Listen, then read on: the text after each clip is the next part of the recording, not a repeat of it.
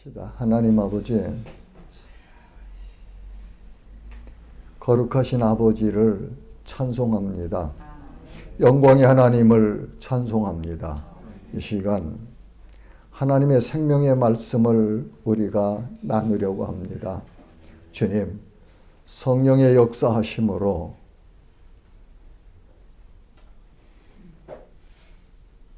우리 마음이 주님을 향해 열리게 하시고 사모하는 마음으로 주님 앞에 겸손히 서게 하여 주옵소서. 전하는 자 부족하여 하나를 말할 때에 깨닫게 하시는 하나님께서 7배로 깨닫고 70배로 거두는 놀라운 은혜 역사 있게 하여 주시기를 소망합니다. 하나님, 그리고 육신의 연약한 지체들 전능하신 하나님의 오른손으로 치유하셔서 깨끗하게 강건하게 회복시켜 주시기를 간구합니다. 예배를 방해하는 어둠의 세력들 나사렛 예수 이름으로 묶어주시옵고 우리 모두 성령 안에서 큰 은혜 받는 복된 시간 되게 하여 주시기를 예수님의 이름으로 기도합니다. 아멘. 우리 서울새생명교회 2016년에 시작한 것 같아요. 2015년까지 제가 천안에서 목회를 했고, 그리고 건강 이유 때문에 사임을 했죠. 그리고 12월 달에 아마 이 서울로 올라왔던 것 같습니다. 그리고서는 2016년 초에 미국 들어갔어요. 열심히 여행했어요. 요즘 제가 여행한 기록들을 유튜브 동영상으로 이렇게 업로드 하는데 새록새록 아주 참 그때가 회상되고 그래요. 9월부터 저기 프랑스 생장에서부터 스페인 산티아고까지 800km 까미노 걸었죠. 우리 이상희 장로님과 함께. 걷고 돌아와서 10월 달에 기다리고 있었습니다. 뭘 기다렸느냐 하면 천안새생명교회 설립 감사 예배와 그 당시에 서산새생명교회를 개척해서 그 감사 예배 일자가 멀지 않아서 기다리고 있었죠. 그래서 미국에 있는 사모를 나오라고 했고, 그렇게 해서 두 교회 설립 감사 예배를 드린 후에 같이 돌아가려고 비행기 좌석까지 배정을 받은 상황이었었어요. 그러면서 시간이 있어서 서울 둘레길을 걷기 시작했습니다. 그때 상황이 어땠냐면, 이 대한민국 한반도의 상황이 어땠었느냐면은, 미국의 스텔스기가 저 원산 앞에 가서 그냥 다 지켜보면서 말이죠. 근데 아주 위기였다. 저는 그렇게 보는데요. 전쟁이 일어날 수 있는 그런 아주 참 위급한 캄캄한 그런 시간이었죠. 그래서 그 둘레길을 걸으면서 아마 불암산인지 수락산인지 그쪽 코스를 걸을 때에 하나님 앞에 기도했어요. 하나님, 이 작은 반도에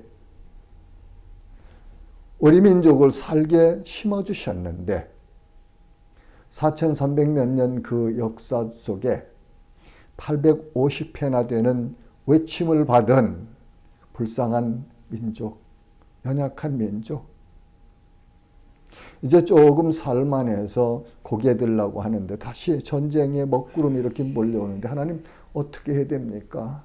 하나님 불쌍히 여겨주세요.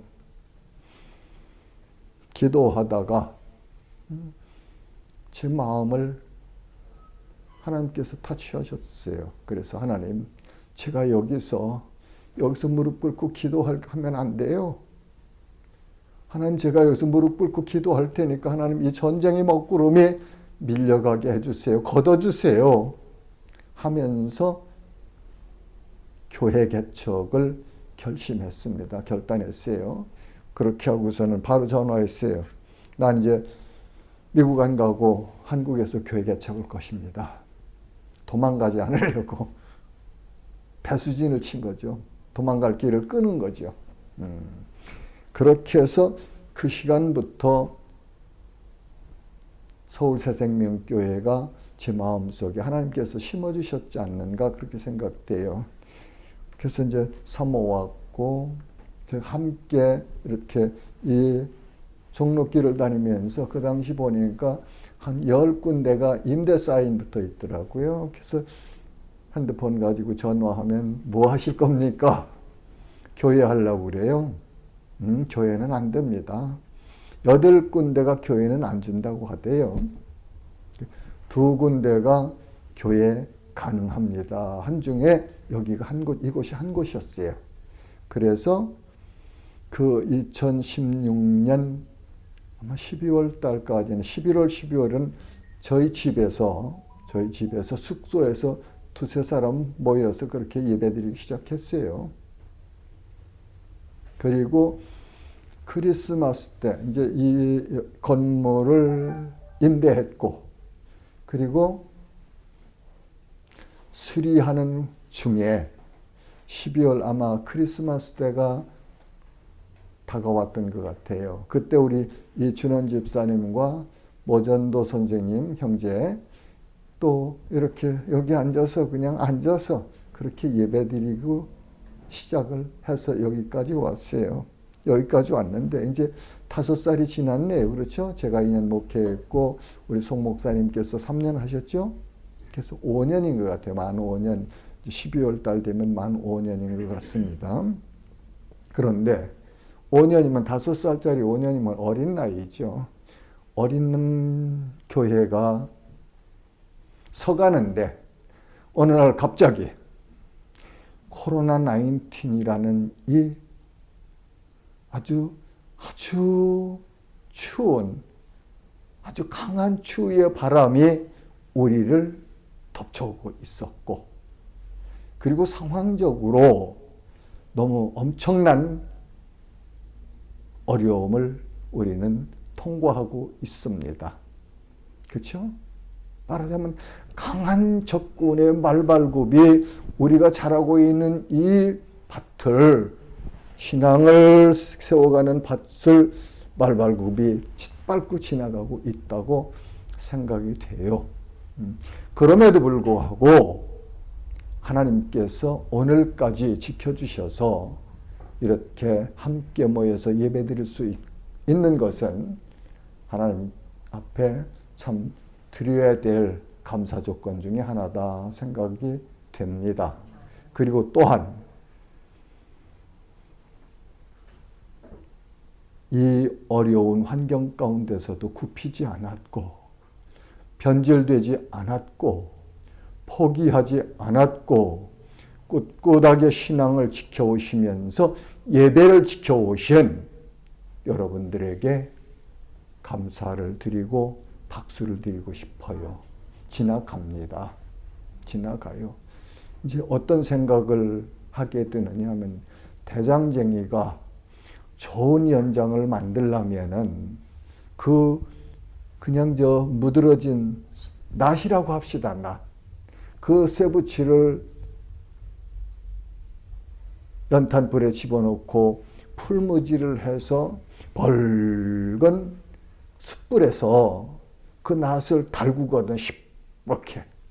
그리고 뽑아내서 모릇돌 위에 놓고 두드려요. 두드리죠. 그렇죠? 그 다음에는 차가운 물에 탁 집어넣으면 샥 하고 그냥 춥다고 아프다고 그러죠. 몇 번을 그렇게 하면서 강도를 강하게 하고, 그리고 모양을 날을 잘 세워서 좋은 도구로 낫으로 만들어 간다고 하죠. 칼도 똑같은 원리 가운데서 좋은 칼을 만들어서 전쟁에 용사들이 사용하는 거 아닙니까? 어쩌면 하나님께서는 이 마지막 때에 코로나19이라는 이 환란을 통해서 하나님의 사람들을 다시 세워가시는 역사를 하고 있지 않으신가, 나는 그렇게 해석을 해보기도 합니다. 여러 사람의 각자의 해석은 다를 수 있어요. 그러나 제 주관적으로 보는 현상은 그렇게 해석할 수도 있다 생각을 해요. 많은 사람들이 떨어져 나갔어요. 내가 알기로는 이 우리 공동체에서 떨어져 나간 사람들이 없어요. 그리고 양성 반응 판정받은 사람도 없어요. 천안도 그렇고 서울도 그렇고. 왜 우리라고 뭐 어디 동굴에 들어가 있었습니까? 아니잖아요. 똑같은 일상생활을 했고 주일날은 주님 앞에 나와서 예배를 드렸고 그렇게 살지 않았습니까? 전혀 달롭게 살지 않았어요. 그렇죠? 똑같이 다른 사람들하고 일상생활을 똑같이 했어요. 그리고 우리는 주일날 와서 하나님을 예배했고요. 그런데 놀랍게도 천안도 그렇고 서울도 그렇고 양성 반응을 판정받은 사람이 하나도 없었단 말이죠. 지난 2년 동안.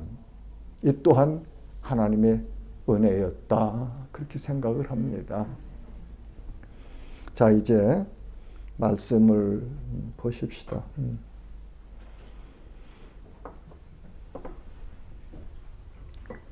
말씀 보기 전에 당부해야 되겠습니다.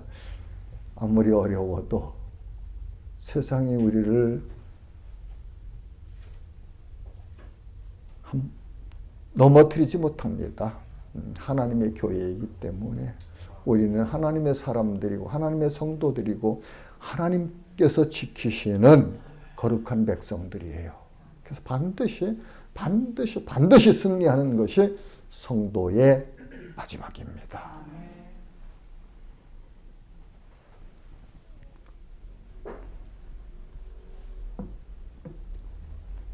우리가 상고하려고 하는 호세아서 전체 14장까지 있어요.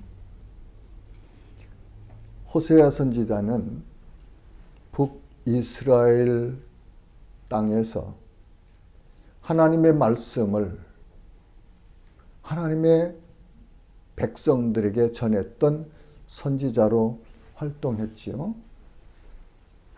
그 당시 북이스라엘은 우상숭배와 이방신을 섬기는 그런 타락한 종교, 사회, 일반적인 그런 때였어요.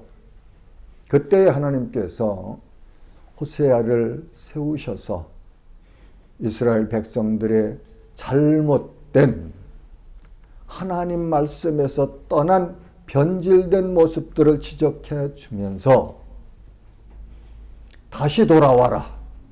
하나님께로 돌아와라. 하고서 메시지를 외쳤죠. 호세아의 이름은 뜻은 여호와는 구원하신다. 그런 의미예요. 그는 북이스라엘이 멸망하는 때에 1년 전까지 그렇게 활동을 했던 선지자입니다. 근데 하나님께서는 이 호세아를 통해서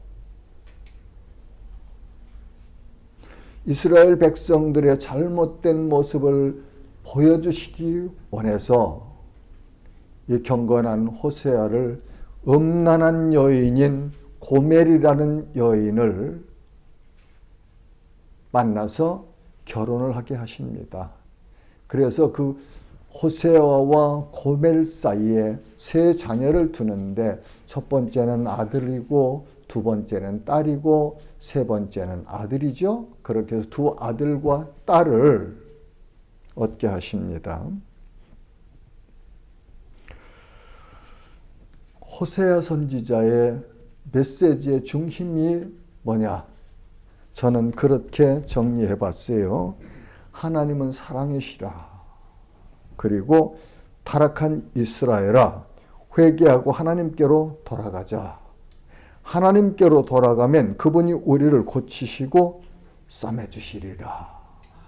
그렇게 저는 이 호세아 선지자가 이스라엘 백성들에게 전한 하나님의 말씀을 통해서 하나님의 마음, 하나님의 성품, 하나님이 베푸시기 원하시는 그런 사랑을 전했다. 그렇게 정리해봐요. 그래서 타락한 이스라엘의 필연적 멸망과 아울러 그럼에도 불구하고 그들을 잊지 않으시는 하나님의 신실한 사랑을 나타냅니다. 그리고 이스라엘이 겪는 고통은 그들로 바른 신앙을 회복하도록 하기 위한 하나님의 사랑의 한 표현임을 나타내고 있습니다.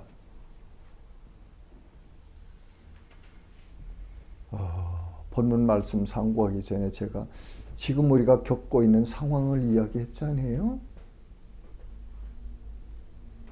결부시켜서 한번 잘 묵상들 해보세요. 생각해 보세요. 이 때를 왜 우리가 지나가고 있는가? 그리고 이 때를 지나면서 우리는 어떻게 해야 되는가? 하는 것을 여러분 각자가 깊이 생각하시고 하나님께서 주시는 은혜와 성령의 감동 안에서 앞으로 남은 인생 살아갈 신앙의 지표를 세우시기를 바랍니다. 성도는 알아야 합니다. 무엇을요? 하나님을요. 본문 3절에 보면 그러므로 우리가 여호와를 알자. 힘써 여호와를 알자. 그렇게 기록되어 있죠. 자, 하나님을 알자고 하는데 하나님을 알려면 어떻게 해야 됩니까? 여기서 이 예배실에서 저를 가장 잘 아는 사람은 어쩌면 저희 아내일 거예요. 두 번째로는 그 다음은 우리 동생들이 저를 더 많이 알겠죠. 그렇죠? 그것도 나이가 많은 동생 따라서 분량이 저를 아는 분량이 더 많을 거예요. 그 말은 뭐예요? 같이 생활을 했던 시간을 통해서 알아간다 그런 말이죠. 그렇죠? 그냥 같이 생활을 안 하고 인사하고 이렇게 이렇게 좀 몇 번 이렇게 만나고 했던 사람은 그냥 겉만 저 사람 이름이 누구요? 어떻게 살아? 그 정도죠. 그 사람 생활 습관이나 평소에 말하는 것이나 그 사람의 인격이나 그 사람의 추구하는 모든 것들 알 수 없잖아요. 자, 여호와를 알자. 어떻게 하면 알 수 있습니까? 여러분, 그냥 여기 지나갈 내용이 아니죠. 그냥 지나갈 일이 아니에요. 여호와를 알자. 그러면 어떻게 하면 알 수 있는가? 그걸 우리가 깊이 생각해 봐야 되지 않습니까? 그래야 답을 얻는 거죠. 여호와께 하나님께 나가야 합니다. 하나님께 나가야 돼요. 그 다음에는 그분 곁으로 나가서 그분을 관찰해야 돼요. 그죠? 자, 그럼 어떻게 나갑니까? 그분 앞에. 보이지도 않는 그분 앞에. 어떻게 나갑니까? 그분의 말씀을 듣고 그분 말씀이 신실한지 아닌지를 알아봐야 될 거 아니에요. 저 사람 한 사람을 내가 평가하려면 저 사람하고 생활을 하면서 저 사람이 하는 말을 잘 지키는가 안 지키는가, 그리고 저 사람 하는 말이 바른 말인가 아닌가, 이런 것들을 관찰해서 저 사람은 내가 함께 교제해도 그냥 이 순례길에서 쭉 나그네 길에서 함께 가도 좋겠다 하는 사람을 평가할 수 있고, 거짓말 잘하고 말 자꾸 바꾸고 그저 자기 욕심만 부리고 하는 사람은 아, 이 사람하고는 멀리까지는 가지 말아야 되겠다. 그렇게 평가하지 않아요?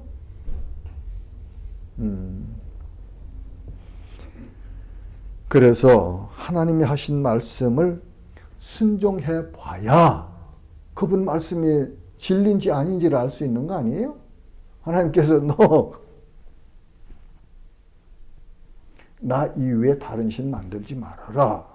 너희를 위하여 우상을 만들지 말아라. 내 이름을 망령되이 일컫지 말아라. 안식일을 기억하여 잘 지키라. 그리하면 이렇게 해주신다고 성경 여러 곳에서 말씀하셨잖아요. 그럼 그대로 해보자 말이죠. 그분 말씀을 들었으면. 그래서 그분이 하신 말씀이 실제로 내 삶에 이루어지는가 아닌가 테스트 해봐야 될 거 아니에요. 그래야 하나님이 신실하신지 아닌지를 내가 평가해서 아, 이분 말씀 신실하시네. 이분 말씀 진리네. 남이 그렇더라 하는 것이 아니고 내가 이 말씀을 통해서 내 체험적인 신앙이 있을 때 그때 하나님을 알 수 있고 신뢰할 수 있는 거 아닙니까? 하나님을 예배하는 일에 열심을 가지고 사세요. 하나님을 예배하는 일에 열심을 가지고 사세요. 작년 7월 말일에 천안에 왔어요. 2주 동안 자가격리하고 1차, 2차 테스트 받아서 음성 판정 받은 후로 천안 새생명교회에서 주일마다 대면 예배 드렸어요. 수요 예배 드렸어요. 그리고 1월 달에 들어와서부터 오후에 성경 공부 시작했어요. 왜? 그것이 교회가 해야 되는 일이니까. 그것이 사역자가 해야 되는 일이고 그것이 하나님의 교회가 모여서 해야 되는 일이기 때문에 예배 마치고 김밥 한 줄씩, 김밥 사다가 김밥 한 줄씩 먹고 주스 하나 이렇게 우유 같은 거 마시고 그리고 1시간 반씩 성경 공부했습니다. 그래서 마태복음 1장부터 28장까지 마쳤죠.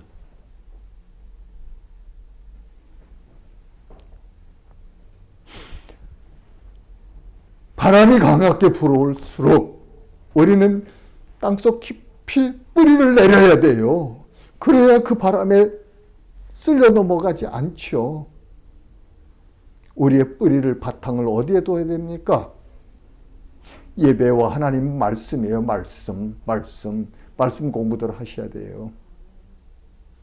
사람이 떡으로만 살 것이 아니요 하나님의 입에서 나온 모든 말씀으로 살리라 예수님께서 말씀하시죠. 신명기에서도 그렇게 말씀하셨어요. 모세를 통해서.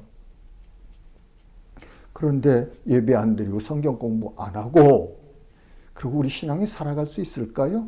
형통한 삶 살 수 있을까요? 누가 그렇게 안 살아도 됩니다 하면 그건 가짜예요. 거짓 사람이에요. 하나님의 말씀은 그렇게 말씀 안 하셨어요. 히브리서 10장 24절과 25절은 서로 돌아보아 사랑과 선행을 격려하며 모이기를 폐하는 어떤 사람들의 습관과 같이 하지 말고 오직 권하여 그날이 가까움을 볼수록 더욱 그리하자. 예배를 사모하고 예배를 통해서 하나님께서 주신 은혜와 사랑을 감사하고 메시지를 목사님을 통해서 강단에서 주시는 메시지를 통해서 내 영혼이 회복되고 그리고 깜깜한 어둠 속인 이 세상을 살아갈 때 빛으로 살아갈 수 있는 능력이 하나님의 말씀을 통해서 예배를 통해서 우리에게 하나님이 주신다 그런 말이에요. 그걸 떠나서 나 믿음 좋아. 거짓말이에요. 그걸 안 하면서 나 믿음 성장해가고 있어. 속고 있는 거예요. 어려울수록 하나님 앞에 서야 됩니다. 예배드리고 말씀 읽고 듣고 행하고 배우고 가르치고 기도하고 말씀 따라서 살아가는 삶을 살 때 우리의 신앙이 하나님 보시기에 아름다운 것이고 하나님이 인정하시는 것이고 그리고 우리의 믿음이 굳건해지는 겁니다.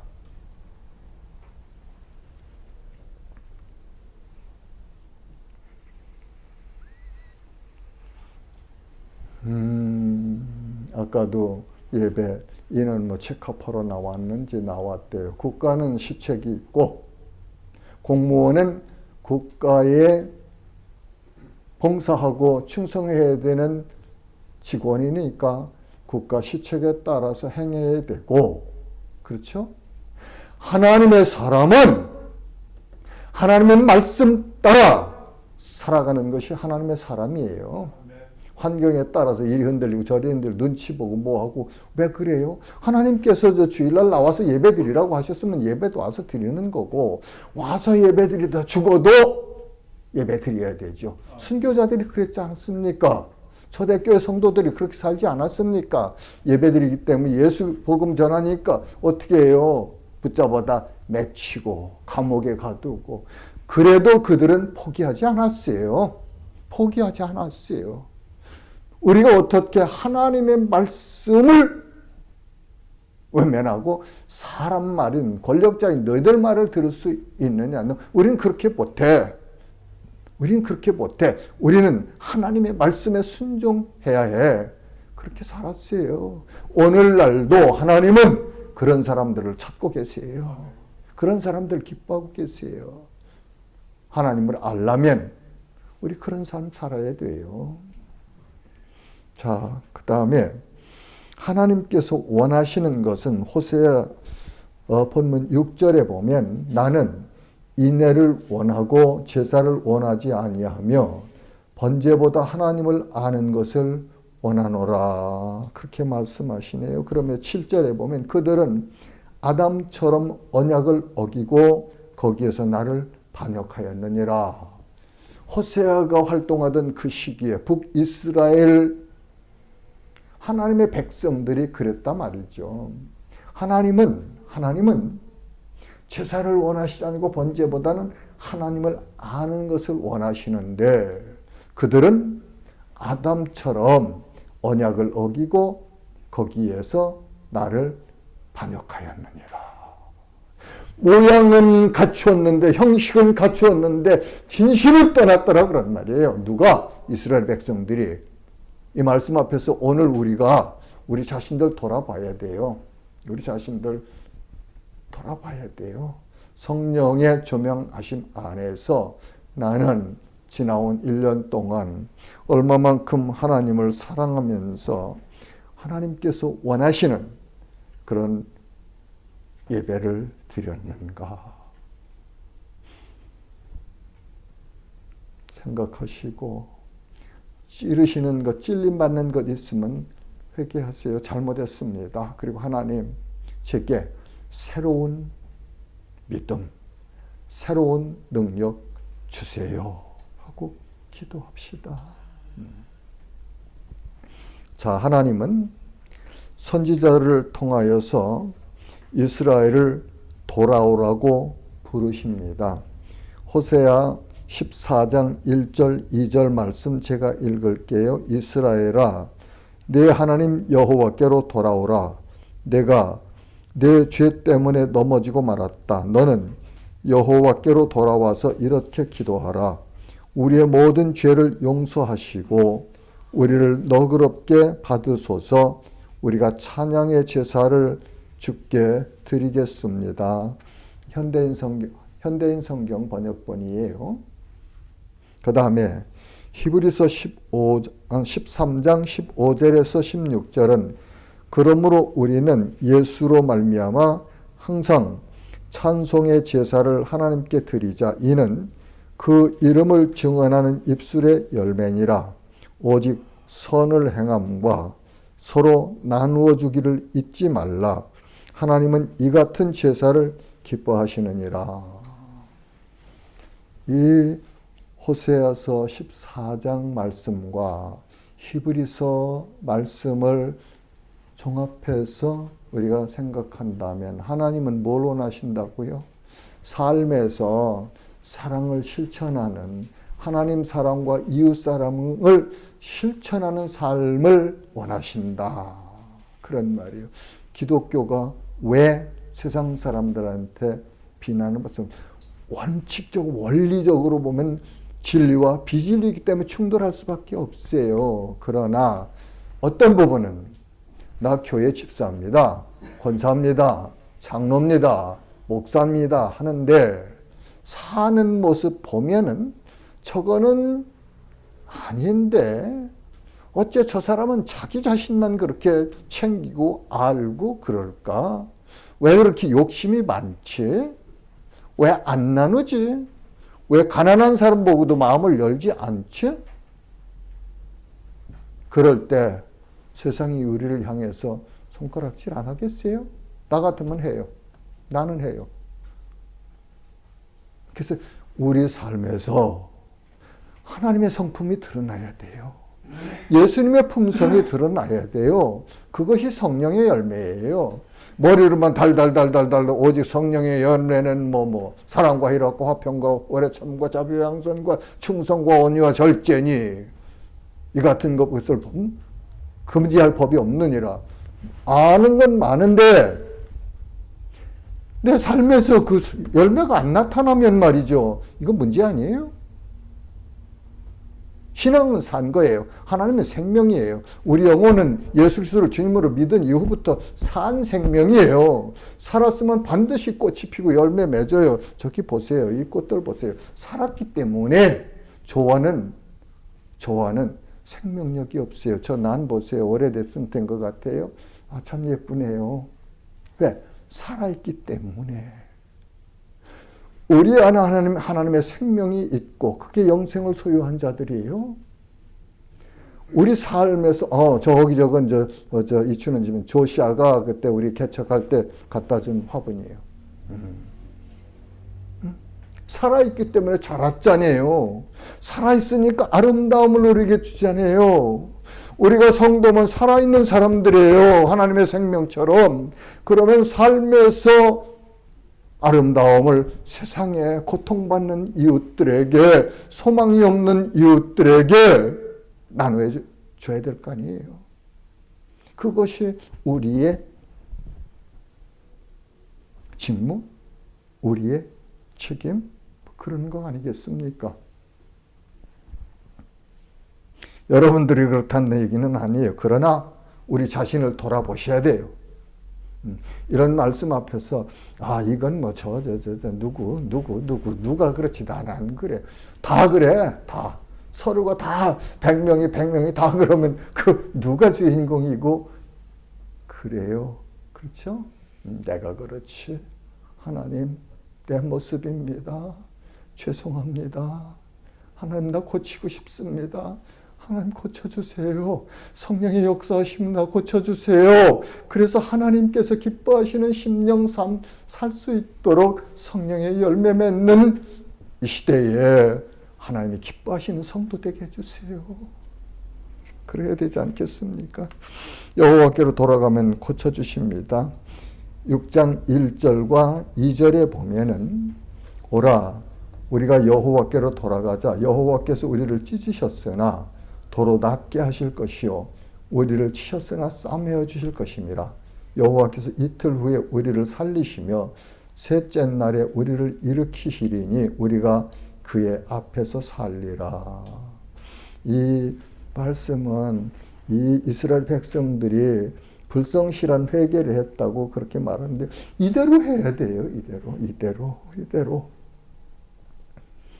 호세아 2장 21절에서 22절은 여호와께서 이르시되 그날에 내가 응답하리라. 나는 하늘에 응답하고 하늘은 땅에 응답하고 땅은 곡식과 포도주와 기름에 응답하고 또 이것들은 이스라엘에 응답하리라. 하나님께 돌아가면 우리의 깨진 마음, 굳어진 마음, 찢어진 관계, 가정, 부부관계, 부모자녀 관계, 성도 간의 관계, 이것들을 회복시켜 주신다고 말씀하시잖아요. 저는 믿어요. 그 다음에 하나님의 사랑은 호세아 11장 8절에 보면 에브라임이여 내가 어찌 너를 놓겠느냐, 이스라엘이여 내가 어찌 너를 버리겠느냐, 내가 어찌 너를 아드마같이 놓겠느냐, 어찌 너를 스보임같이 두겠느냐, 내 마음이 내 속에서 돌이키어 나의 긍휼이 온전히 불붙듯 하도다. 타락한 이스라엘을 바라보면서 선지자를 통해서 회개하라, 잘못된 것 고치고 돌아와라 하시는 여호와의 마음이 지금 불붙듯 하신대요. 14장 4절에서 7절 보면 내가 그들의 반역을 고치고 기쁘게 그들을 사랑하리니 나의 진노가 그에게서 떠났음이니라. 내가 이스라엘에게 이슬과 같으리니 그가 백화파 같이 피겠고 레바논 백향목 같으리니 그 그늘 아래에 거주하는 자가 돌아올지라. 그들은 곡식같이 풍성할 것이며 포도나무같이 꽃이 필 것이며 그 향기는 레바논의 포도주같이 되리라. 여호와께 돌아오면 이것이 하나님의 사랑입니다. 그리고 이 말씀은 결국 예수 그리스도 안에서 이루어졌습니다. 이 말씀의 은혜와 복을 성도들인 우리가 받아 누리고 있지요. 하나님은 사랑이십니다. 요한일서 4장 8절은 하나님은 사랑이심이라. 4장 16절은 하나님은 사랑이시라. 우리 잘 아는 말씀이죠.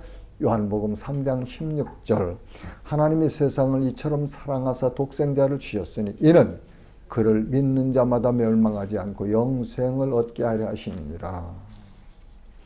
에스겔서 33장 11절에 하나님의 마음을 이렇게 우리에게 알려주십니다. 너는 그들에게 말하라. 주 여호와의 말씀이니라.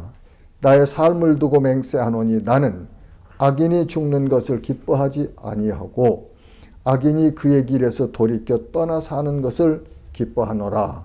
이스라엘 족속아 돌이키라. 너희 악한 길에서 떠나라. 어찌 죽고자 하느냐 하셨다 하라. 하나님께서 에스겔 선지자를 통해서 하나님의 마음을 가르쳐 주시죠. 하나님은 악인이 망하는 것을 기뻐하지 아니하시고 악인이 회개하고 돌아와서 생명을 얻고 풍성한 삶을 사는 것을 원하신다. 그것이 하나님의 마음이고 사랑이다. 그렇게 가르쳐 주십니다. 주 예수를 주님으로 믿는 자는 영원히 살게 됩니다. 로마서 10장 9절과 10절은 내가 만일 내 입으로 예수를 주로 시인하며 또 하나님께서 그를 죽은 자 가운데서 살리신 것을 내 마음에 믿으면 구원을 받으리라. 사람이 마음으로 믿어 의에 이르고 입으로 시인하여 구원에 이르느니라. 10장 13절은 누구든지 주의 이름을 부르는 자는 구원을 받으리라. 정리했어요. 그렇죠? 호세아가 왜 하나님께서 호세아를 보내셔서 이스라엘에게 메시지를 주셨는가? 타락한 이스라엘을 회개하고 돌아오라고 촉구하셨어요. 돌아오면 싸매주시고 회복시켜 주신다고. 그 하나님은 사랑이시라는 그 절절한 하나님의 마음, 하나님의 성품, 하나님의 메시지를 우리는 들었습니다. 그러면 이 시대를 살고 있는 우리들은 그냥 들었으니까 뚝 따먹고 그냥 말해야 됩니까? 그거 아니잖아요. 그거 아니에요. 하나님의 사랑을 점점 깊이 알아가야 되고 그리고 그 사랑의 성품으로 변화되어 가야 되고 그리고 내 삶에서 그 하나님의 사랑을 나타냄으로 증거함으로 더 많은 사람들이 하나님을 찬양하고 영광스럽게 하는 그런 도구로 살아가야 마땅하지요. 하나님을 알고 하나님과 동행하며 하나님을 경외하는 것이 성도들이 누릴 수 있는 가장 큰 복이다. 저는 그렇게 정의하고 싶어요. 이러한 은혜와 복이 우리 모두에게 충만하시기를 주님의 이름으로 축복합니다. 하나님 은혜 감사합니다. 기록하여 주신 말씀을 통하여서 하나님과 우리 사이가 얼마나 참 사인이 잘 안 맞는지, 초점이 잘 안 난지를 보았습니다. 그리고 우리를 사랑하시는 그 하나님의 사랑을 말씀을 통하여서 우리가 메시지를 받았습니다. 하나님, 성령 하나님께서 우리 모두의 마음을 감동하여 주시기 원합니다. 1년 동안 열심히 살았는데 코로나 위기 가운데서도 여기까지 왔는데 지켜주신 하나님, 우리를 은혜 안에서 우리 되게 하신 하나님, 그 사랑을 깊이 묵상하며 새로운 해에는, 아니 남은 이 올해 마지막 시간까지 나 어떻게 변화할지 하나님 앞에 심히 깊이 그렇게 통회하면서 변화가 되어가는 은혜를 허락하여 주시기 원합니다. 하나님, 서울 새생명교회 지켜주신 것 감사드립니다. 이 교회를 지켜온 사랑하는 모든 지체들, 동역자들 위해 오늘도 하나님의 거룩하신 은혜로 충만하게 함께하여 주셔서 영혼이 잘되게 하시고 범사가 형통케 하시며 강건한 은혜 복이 충만하시기를 소망합니다. 예수님의 이름으로 감사하며 축복하며 기도하옵나이다. 아멘.